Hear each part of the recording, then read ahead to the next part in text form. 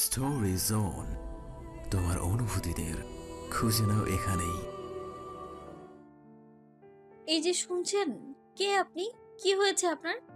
এমন কেন করছেন? এই যে অর্ধজ্ঞান হারানোর অবস্থায় রক্তাক্ত ছেলেটির সম্মুখে বসে পড়ল মায়া।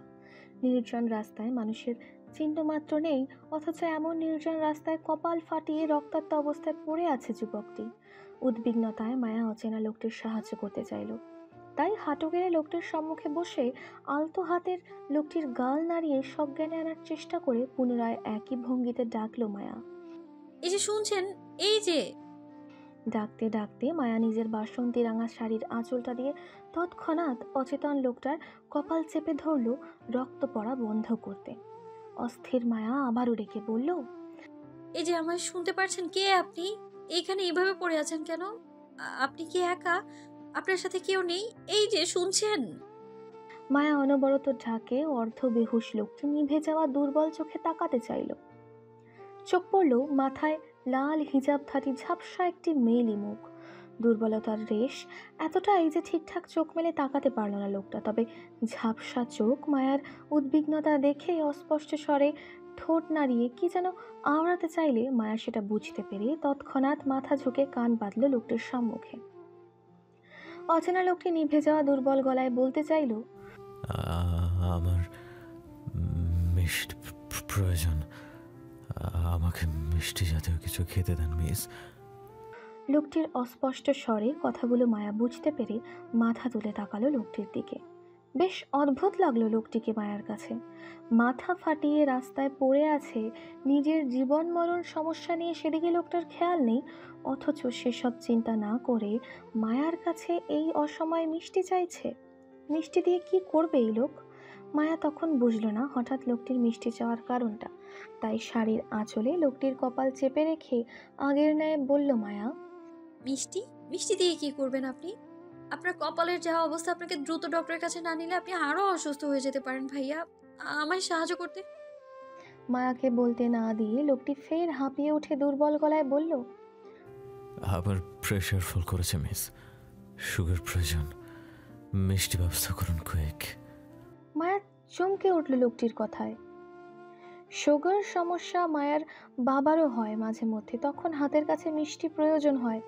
মায়া দ্রুত নিজের কাঁধের ছোট পার্সটা ঘেঁটে একটা কিটক্যাট চকলেট হাতে নিল। চকলেটের উপরের কাগজটা ছাড়িয়ে দ্রুত এক টুকরো চকলেট লোকটার মুখে তুলে দিল। আজ মায়ার 16তম জন্মদিন ছিল।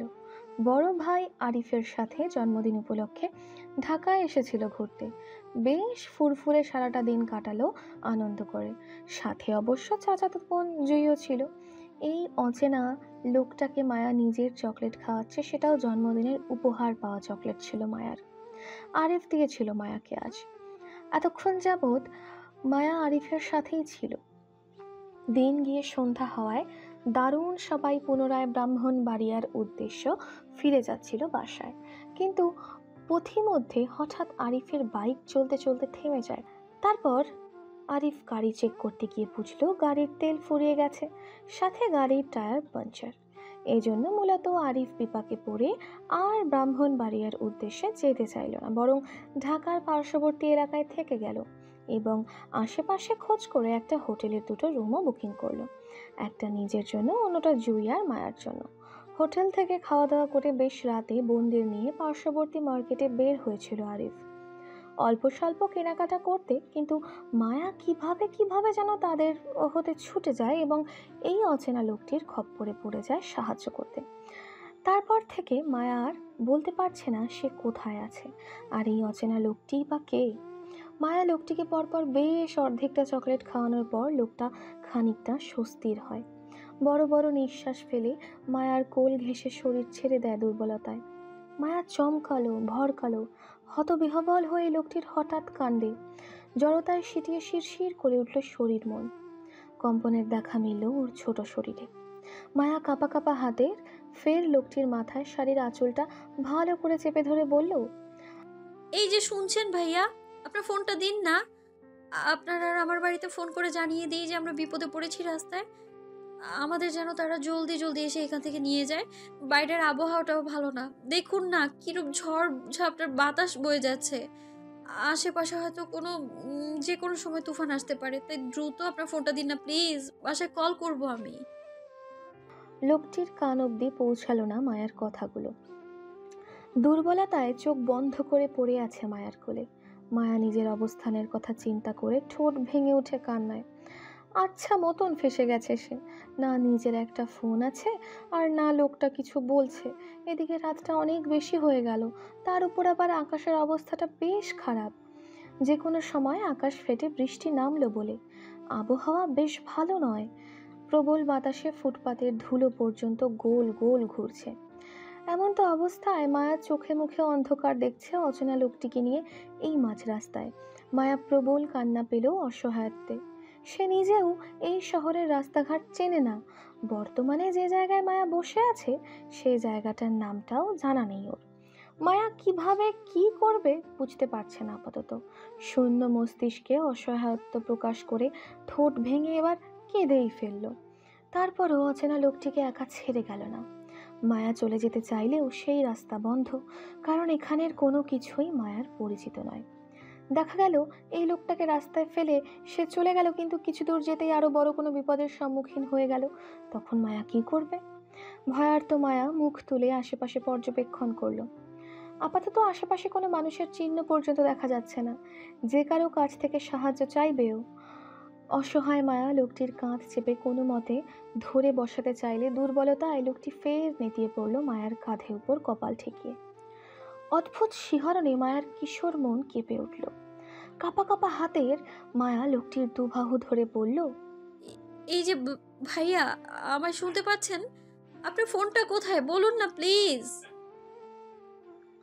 তৎক্ষণাৎ শোনা গেল লোকটার মৃদু স্বরের ধ্বনি। দ্রুত কোনো সেফ জায়গায় চলুন মিস, নয়তো বিপদ আমাদের সন্নিকটে। এই এরিয়াটা ভালো নয়। ভয়ে মায়া হাঁসফাঁস করলো। মনে কিছু সাহস জুগিয়ে অচেনা লোকটিকে ধরে উঠাতে চাইল, কিন্তু বলিষ্ঠবান লোকটির ওজনের সঙ্গে পারল না মায়া।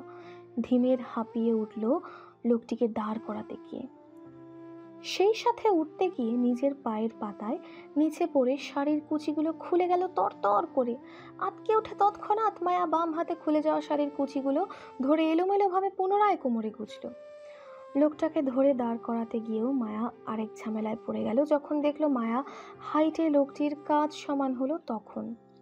তারপর আবার লোকটি ওজনেও মায়ার সাধ্যের বাইরে ছিল। এত বড় মানুষকে কিভাবে মায়া কাঁধে ভর দিয়ে সামনে এগোবে যদি সে লোকটিকে পুরোপুরি লাগালি না পেল?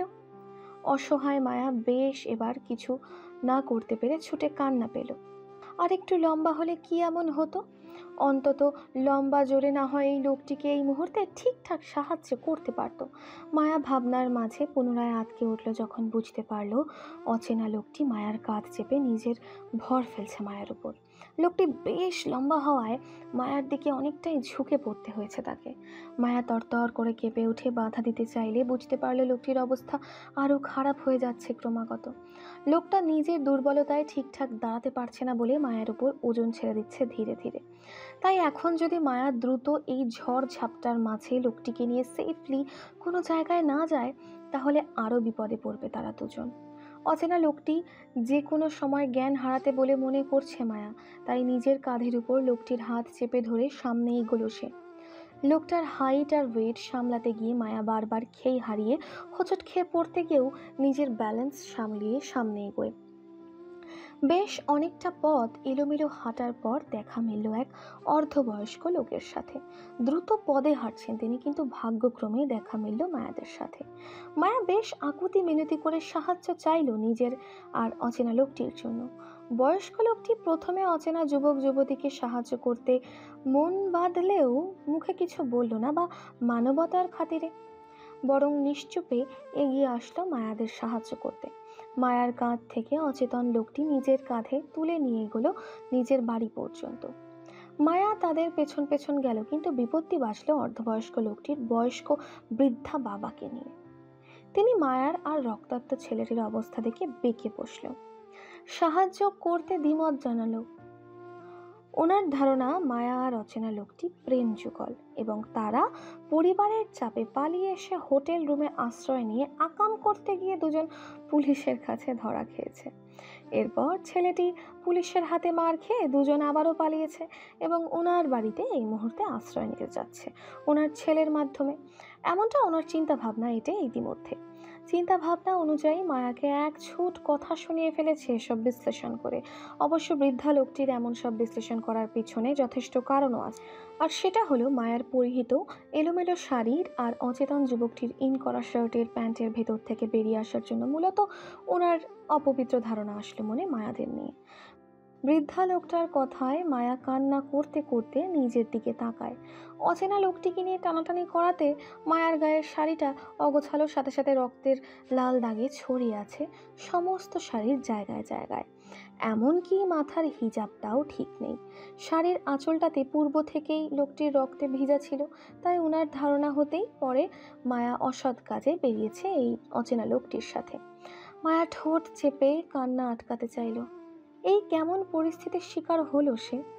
এখন মায়া কিছু বললেও যে কেউ কিছু বিশ্বাস করবে না, সেটা লোকটার তীক্ষ্ণ কথা শুনেই বুঝতে পারছে মায়া। মায়া নিশ্চুপ কান্না করলো, তারপরেও মুখে কিছু বলল না। সাহায্যকারী অর্ধবয়স্ক লোকটির বাবা মসজিদের ইমামতির সাথে সাথে তিনি এক এলাকার গণ্যমান্য কাজী হিসেবে বেশ পরিচিত। তিনি শুধু অত্র এলাকার ছেলে মেয়েদের বিয়েই নয়, বরং আশেপাশে 5 এলাকার মানুষের বিয়েও দিয়ে থাকেন তিনি। এমন সম্মানিত ব্যক্তির ঘরে কখনোই পাপধারক মানুষের জায়গা হবে না বলে তিনি মনে করেন। কিন্তু এই ঝড়ঝাপটা রাতে এদের সাহায্য না করে বের করে দেওয়াটাও ঠিক হবে না, এতে আল্লাহ নারাজ হতে পারে। অসহায় মানুষের সাহায্য করা ওনার ধর্মের শিক্ষা। উনি অচেনা ছেলেমেয়েদের সাহায্য করবে, তবে হালালভাবে, বৈধভাবে। বৃদ্ধ কাজী লোকটা নিজের মোটা ফ্রেমের চশমার ভিতর দিয়ে চোখ উঁচিয়ে আবারও এক পলক তাকালো মায়া আর রক্তাক্ত যুবকটির দিকে। অন্ধকারের ঘোরে কারোর চেহারায় স্পষ্ট হলো না ওনার কাছে, তবে অচেনা যুবকটিকে বেশ চেনা লাগলো ওনার কাছে। তিনি তীক্ষ্ণ দৃষ্টিতে যুবকটিকে আরও এক পলক দেখে নিয়ে নিজের ছেলেকে অনুমতি দিল সবাইকে নিয়ে ভেতরে যেতে। ওদের ভিতরে নিয়ে যাও হাফেজ। জি আব্বা। বাবার অনুমতি পেয়ে অচেতন যুবকটিকে নিয়ে ভেতরে গেল হাফেজ সাহেব। পেছন পেছন মায়াও গেল। যুবকটিকে ধরে বিছানায়তে শুয়ে দিতেই পিত্তে চমকে উঠল হাফেজ সাহেবের। আতঙ্কিত চোখে বিছানায় শয্যাশায়ী যুবকটির দেখে তৎক্ষণাৎ ঘাড় ঘুরিয়ে তাকালো মায়ার দিকে। মায়াকে উপর থেকে নিচ পর্যন্ত চোখ বুলিয়ে দেখে দ্রুত বের হয়ে গেল রুম থেকে নিশ্চুপে। মায়া হাঁসফাঁস করলো হাফেজ সাহেবের অদ্ভুত দৃষ্টিতে। তিনি চলে যেতেই মায়ার স্বস্তি হলো। ধীরে ধীরে পায়ে এগিয়ে গেল যুবকটির কাছে। হালকা ঝুঁকে পড়ল যুবকটির অবস্থা চেক করতে। ছেলেটি নড়াচড়া না দেখে মায়া আস্তে করে বসলো লোকটির পাশে। কিছুই ভালো লাগছে না ওর। অচেনা জায়গায় অচেনা মানুষের সাথে বসে থেকে বিপদের ভয় হচ্ছে মনে। আবার না জানি কিসের মধ্যে পড়ে যায়ও। ভীতু মায়া কলিজার পর্যন্ত কাঁপছে, গলা শুকিয়ে কাঠ। মায়া মত্ত হয়ে ঠায় বসে রইল অচেতন লোকটির পাশে। কোথাও যাওয়ার জায়গাই নেই ওর। তাছাড়া এই বাড়ির হুজুর টাইপের লোকটার কথাও মায়ার ভালো লাগেনি। মায়াকে তখন কী সব ভুলভাল বলল। মায়া মোটেও বাজে মেয়ে নয়, এখনো অবধি প্রেম করেনি। কলেজে উঠে একটা প্রেম করবে ভেবে নিয়েছে ও, তবে পরিবারের বিরুদ্ধে যাবে না কখনো। নোংরামি তো ভুলেও না। মায়া দুহাতে মাথা চেপে বিছানার পাশে ঝুঁকে বসল। আপাতত টেনশনে মাথা ফেটে যাচ্ছে নিজের ভাইয়ের সাথে কিভাবে যোগাযোগ করবে সেটা নিয়ে। মায়ার ভয়, ডর, টেনশন, আতঙ্ক সবকিছু বাড়িয়ে দিয়ে হাজির হলো কাজী মোল্লা ও তার ছেলে হাফেজ সাহেব। তাদের পেছন পেছন হালকা পাতলা গঠনের আরও একটা ছেলেও প্রবেশ করলো বাসার গেঞ্জি গায়ে দিয়ে। চোখে মুখে ঘুম ঘুম ভাব তার। হয়তো ছেলেটিকে ঘুম থেকে ধরে এনেছে হাফেজ সাহেব। দেখে তো তাই মনে হলো মায়ার।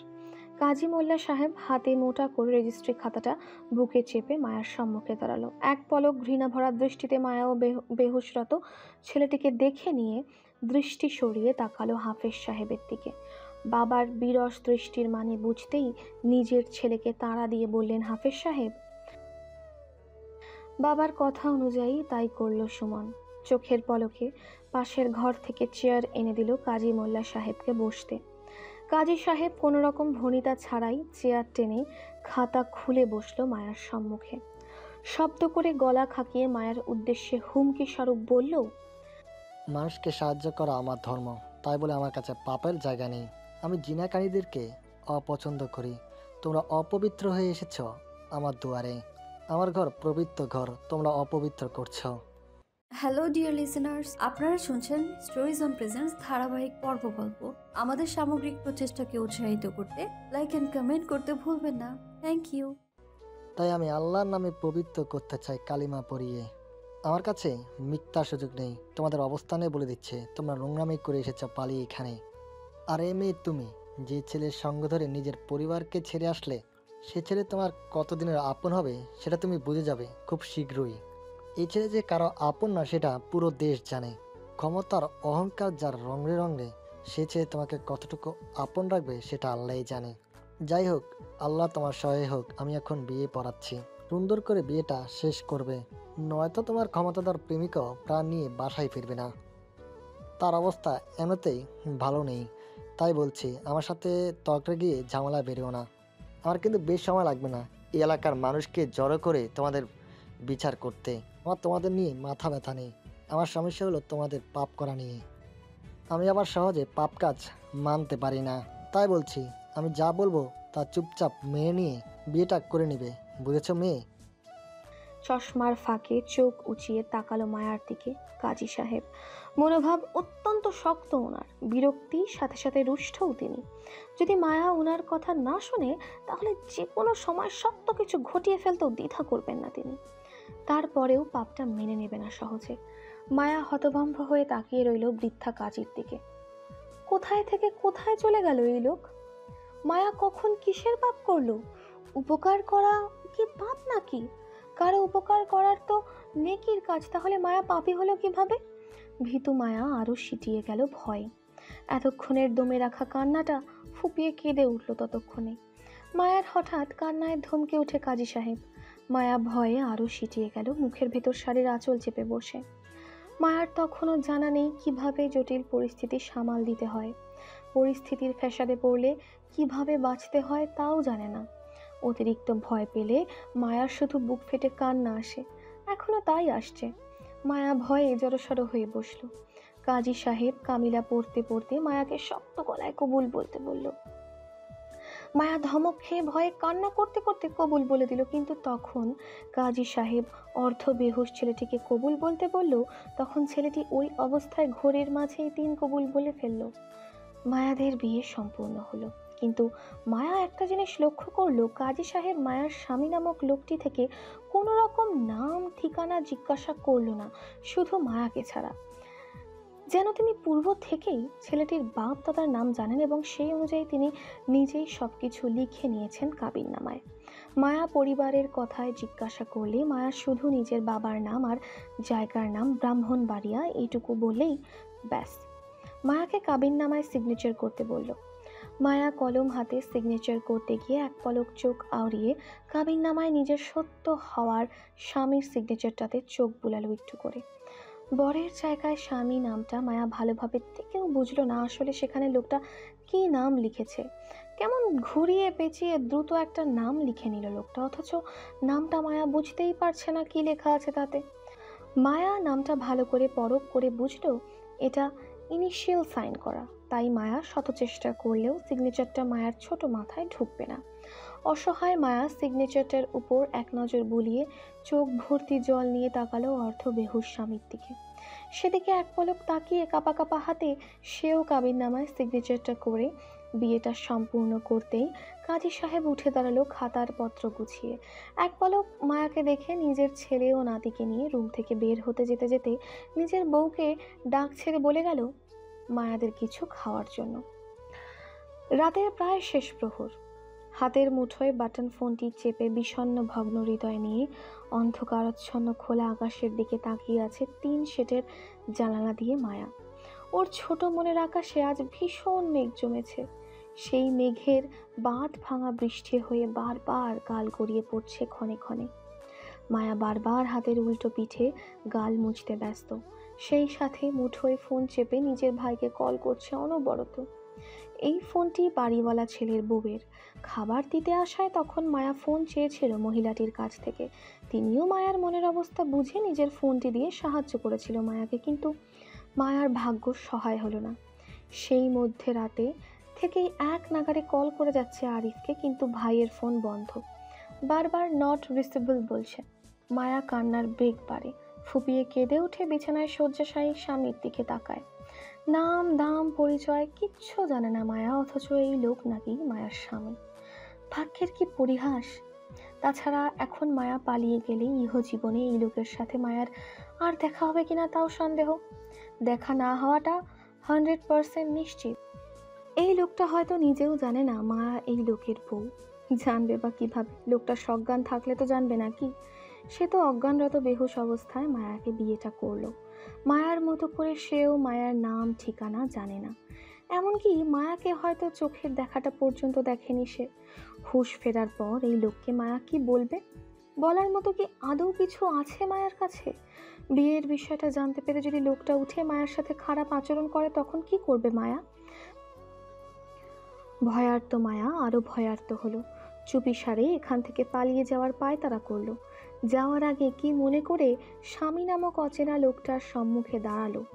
ইতিমধ্যেই লোকটার মাথায় মোটা করে ব্যান্ডেজ পড়েছে। ডক্টর দিয়ে করানো হয়েছে, বাড়িওয়ালার ছেলে করিয়েছে। অসুস্থতার জন্য এখন বেঘরে ঘুমাচ্ছে সে। মায়া লোকটাকে গভীর চোখে দেখে নিয়ে চুপিসারে চলে যেতে গিয়েও পা থেমে গেল।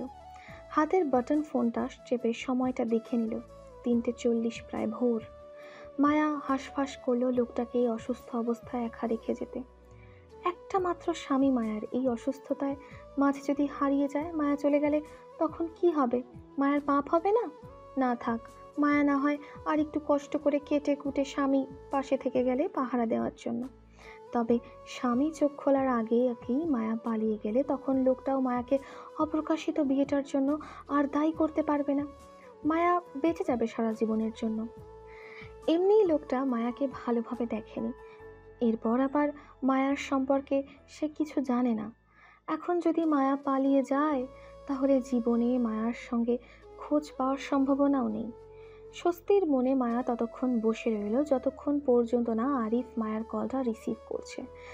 মায়ার কল তার ভাই রিসিভ করে ভোর 4:56 দিকে। তখন প্রায় ভোর ধরণীর বুকে। উৎফুল্ল মায়া নিজের ভাইকে ওর অবস্থানের কথা জানিয়ে সব কিছু ছেড়ে ছুড়ে তৎক্ষণাৎই পালালো খুলে জানালা দিয়ে। তবে যাওয়ার আগে নিজের হাতের বাটন ফোনটা রেখে গেল স্বামীর সাহায্যের জন্য। মায়ার অচেতন স্বামীর ঘুম ভাঙে প্রায় 7টার দিকে। মাথা চেপে উঠে বসতেই রুমে ঢুকে কাজী সাহেব। তীক্ষ্ণ দৃষ্টিতে রুমের আশেপাশে তাকিয়ে মায়ার খোঁজ করে বলল, মেয়েটি কোথায়? গম্ভীর কণ্ঠ কানে আসতে ভারী মাথা চেপে চোখ তুলে কাজী সাহেবের দিকে তাকালো ছেলেটি। ব্যথায় মাথা এমনি হ্যাং হয়ে আছে, তার উপর আবার অপরিচিত জায়গায় অপরিচিত মানুষের মুখে অপরিচিত কারো খোঁজ তার কাছে করছে ভেবে খানিকটা কপাল কুঁচকে আসে বিরক্তিতে।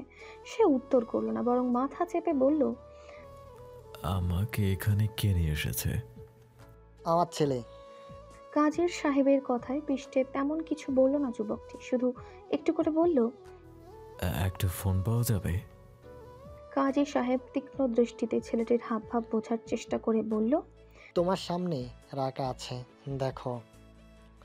ছেলেটির চোখ আউড়িয়ে নিজের সামনে থেকে মায়ার রেখে যাওয়া বাটন ফোনটি হাতে তুলে নিতে চাইলে কাজী সাহেব আবারও মায়ার খোঁজ করে বলল, তোমার সাথে মেয়েটি কোথায়? ফোনটি হাতে নিতে নিতে কপাল কুঁচকে তাকায় কাজী সাহেবের দিকে ছেলেটি। মূলত সে তখনও বুঝতে পারছে না তাকে বারবার কার কথা জিজ্ঞাসা করা হচ্ছে। কিসের মেয়ে? অকপটের সোজাসাপটা উত্তর করলো কাজী সাহেব। তোমাকে নিয়ে রাতে যে মেয়েটা এসেছিল এখানে, আমি তার কথা জিজ্ঞাসা করছি। সে কোথায়? তাকে দেখছি না কেন? ছেলেটি কপাল কুঁচকে কিছুক্ষণ মত্ত থেকে মনে করার চেষ্টা করলো আসলে কাজী সাহেব কার কথা বলতে চাচ্ছে তাকে। কয়েক সেকেন্ডের মধ্যে স্মরণে আসলো একটা ঝাপসা লাল হিজাবধারী মেয়েলি মুখ। রাস্তায় দেখা হয়েছিল মেয়েটার সাথে তার। দুর্বলতা ঠিকঠাক মেয়েটার ফেসটা পর্যন্ত দেখা হয়নি তার। এরপর থেকে সে নিজের হুঁশে ছিল না বলতে গেলে, অথচ এখন সকাল হতে না হতেই সেই মেয়ের খোঁজে তার কাছে করছে। অদ্ভুত তো, যে মেয়েকে দেখেনি জীবনে সেই মেয়ের খোঁজ কিভাবে দেবে সে? বিষয়টি সে তেমন একটা আমলে না নিয়ে স্বাভাবিক ভঙ্গিতে বাটন ফোনে নাম্বার টাইপিং করতে করতে অকপটে উত্তরে বলল, আমি জানি না সে কোথায়। তুমি জানো না মানে? যুবকটি বাটন ফোনে টাইপ করে কাউকে মেসেজ পাঠিয়ে দুর্বল শরীরে উঠে দাঁড়ালো। আপাতত নিজের গন্তব্যের জন্য বের হবে সে। এখানে আর এক মুহূর্ত নয়। কিন্তু কাজী সাহেবের বরাবর তীক্ষ্ণ দৃষ্টি এড়িয়ে পকেটে দুহাত কুঁচতে কুঁচতে বলল, আপাতত বলতে পারছি না আপনার অনুসন্ধানকৃত মেয়েটি কোথায়, আর না তার খোঁজ দিতে ইচ্ছুক, আর না তার খোঁজ নিতে ইচ্ছুক। আমি চলে যাচ্ছি। আমাকে সাহায্য করার জন্য ধন্যবাদ। যুবকের কথায় খানিকটা তেতে ওঠে কাজী সাহেব। তিনি চিনেন এই পাষাণ ছেলেকে। খান পরিবারের নিহাল চৌধুরীর একমাত্র ছেলে আব্রাহাম রিদ খান। রাগী আর উগ্র চলাফেরার জন্য বেশ বদনাম। ক্ষমতা জোরে মাটিতে পা পড়ে না তার, তবে মেয়েলি বাজে বিষয়ে কখনো খান পরিবারের কাউকে জড়াতে শোনেনি কখনো। এমনকি এই রিদ খানকে কখনো কোনো মেয়েকে নিয়ে জড়িয়ে বাজে কিছুর বদনাম শোনা যায়নি কখনো। তিনি মনে করেন খান বাড়ির মানুষজন আর যেমনই হোক না কেন, তাদের বাড়ির বউরা অন্তত মর্যাদা নিয়ে চলেন সমাজে। হয়তো এই ছেলের ক্ষেত্রেও তাই হবে, বউকে সম্মান দেবে। কিন্তু এই ছেলে সকাল হতে না হতেই রাতে বিয়ে করা বউকে অস্বীকার করছে। কাজী সাহেব অত্যন্ত রুষ্ট গলায় হৃদের উদ্দেশ্যে বলল, মেয়েটি তোমার বউ, স্বামী হিসাবে তার খোঁজ রাখা তোমার দায়িত্ব। তাছাড়া মেয়েটি ছোট, দুনিয়া সম্পর্কে তার ধারণা নাই থাকতে পারে। এজন্যই বলছি, স্বামী হিসাবে তার খেয়াল রাখা তোমার উচিত। কপাল কুঁচকে কাজী সাহেবের দিকে তাকিয়ে থাকলো হৃদ। একটা অচেনা মেয়ে তার বউ হয় কিভাবে? হৃদ ভাবলো হয়তো রাতে হৃদের সাথে মেয়েটি দেখে হয়তো কাজী সাহেব উল্টো ভেবে নিয়েছে যে মেয়েটি তার বউ হতে পারে। হৃদ কাজী সাহেবের ভুল ধারণা ভাঙার চেষ্টা করলো না। এত বেশি কথা সে কারোর সাথে বলার প্রয়োজন মনে করে না। তার এখানে থাকা কোনো কাজ নেই, বিধায় সে তার চলে যাওয়াটাই উচিত মনে করে। কাজী সাহেবকে পাশ কাটিয়ে চলে যেতে চাইলে তৎক্ষণাৎ কাজী সাহেব হৃদকে আটকিয়ে পকেট থেকে দুজনের কাবিন নামার একটা কাগজ নিয়ে হৃদের হাতে ধরিয়ে দিয়ে তিনিও নিশ্চুপে রুম ত্যাগ করল। হৃদ কপাল কুঁচকে হাতের কাগজটির দিকে তাকাতেই এক আকাশ সমান বিস্মিত পড়ে গেল যখন দেখলো বরের জায়গায় তার নিজস্ব সিগনেচার করা। হৃদ খানিকটা চমকানো, সাথে সাথে বিরক্ত বোধ করলো এমন হুটহাট অপ্রকাশিত বিয়ের জন্য। হাতের কাবিননামাটায় তীক্ষ্ণ দৃষ্টিতে চোখ বুলিয়ে বউয়ের নামটা দেখে নিল এক পলক। সেখানে আনাড়ি হাতে এলোথোভরভাবে লেখা রিক্তা ইসলাম মায়া। হৃদ বুঝতে পারলো তার হচ্ছে না বউয়ের নাম রিক্তা ইসলাম মায়া। নামটা সে তৎক্ষণাৎ মনে মনে বেশ কয়েক আওড়িয়ে স্মরণে যেতে নিল। তবে বউয়ের আনাড়ি হাতের লেখা দেখে হৃদের কপালের কুঞ্চি ভাঁজ আরও গাঢ় হলো। তাকে কোনো নাবালিকা প্রাইমারি বাচ্চার সাথে বিয়ে দিয়ে দেয়নি তো তারা? God knows. সদ্য বিয়ে হওয়া বউয়ের সম্পর্কে কৌতূহল জাগতে গিয়েও আকর্ষণ হারিয়ে ফেল হৃদ। আবেগী হয়ে গা ভাসাবার মানুষ সে নয়, তাই বউ সম্পর্কে জানার আর আগ্রহ রইল না। হাতের কাবিননামাটা বেখেয়ালিভাবে সেখানেই ফেলে দিল হৃদ। সাথে নেওয়ার প্রয়োজন বোধ করলো না, আর না মায়ার খোঁজ করতে চাইল। উদাসীন হৃদ কর্মক্ষেত্রে গিয়ে নিজের বিয়েটাকে ভুলে গেল। বিয়ের মতন পবিত্র সম্পর্কটা ভুলে দুজন সামনে এগোতে চাইল। হলো তাই। দুজনের কারো মাঝে তাদের বিয়েটা নিয়ে মাতামাতি দেখা গেল না। এমনকি সেদিনের পর আজ পর্যন্ত কেউই এই অপ্রকাশিত বিয়েটা নিয়ে কারোর সামনে মুখ পর্যন্ত খোলেনি। হৃদ কারো কাছে বলা প্রয়োজন মনে করেনি, আর মায়া পরিবারের ভয়ে কাউকে কিছু বলছে না। ভাগ্যের ফেরে এক হওয়া মানুষের দুটি পুনরায় সম্মুখে দাঁড়াবে কিনা তাও জানা নেই। সেবার আমি মাত্র নবম শ্রেণীতে পড়তাম, দশম শ্রেণীতে উঠব। ডিসেম্বরের 1 তারিখে আমার ফাইনাল পরীক্ষা ছিল, আর নভেম্বরের 2 তারিখেই ছিল আমার জন্মদিন। বলা যায় মাত্র 1 মাস ছিল আমার পরীক্ষার। তাহলে বুঝতেই পারছেন, ফাইনাল পরীক্ষার মতো জটিল বিষয়টা মাথায় রেখে ধেই ধেই করে নাচতে নাচতে আরিফ ভাইয়ার হাত ধরে চলে গিয়েছিলাম সেবার ঢাকা শহরের জন্মদিনটা স্পেশালভাবে পালন করতে। হয়েছিল তাই। আমার জীবনের সবচেয়ে স্মরণীয় জন্মদিনটা ছিল 2017-তে, আমার 16তম জন্মদিনের। সেই দিনটার কথা আজও মনে করলে বুক মুচড়ে ওঠে তীব্র ভয়ে। উফ, কি ভয়ঙ্কর পরিস্থিতির শিকার হয়েছিলাম আমি সেই রাতে ওই অচেনা লোকটার সাথে।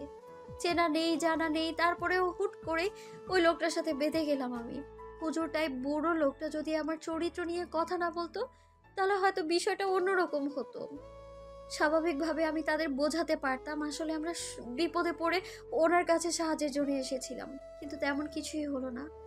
উল্টো কলঙ্কের তকমা গায়ে মেখে ভয় দেখিয়ে বিয়েটা দিয়ে দিল একটা অপরিচিত লোকের সঙ্গে, যার নামটা পর্যন্ত জানা নেই আমার। যাকে আমি সাহায্য করতে চাইলাম বিপদগ্রস্ত বলে, তার সাথে আমার বদনাম রটিয়ে সোজা বিয়ে। উফ।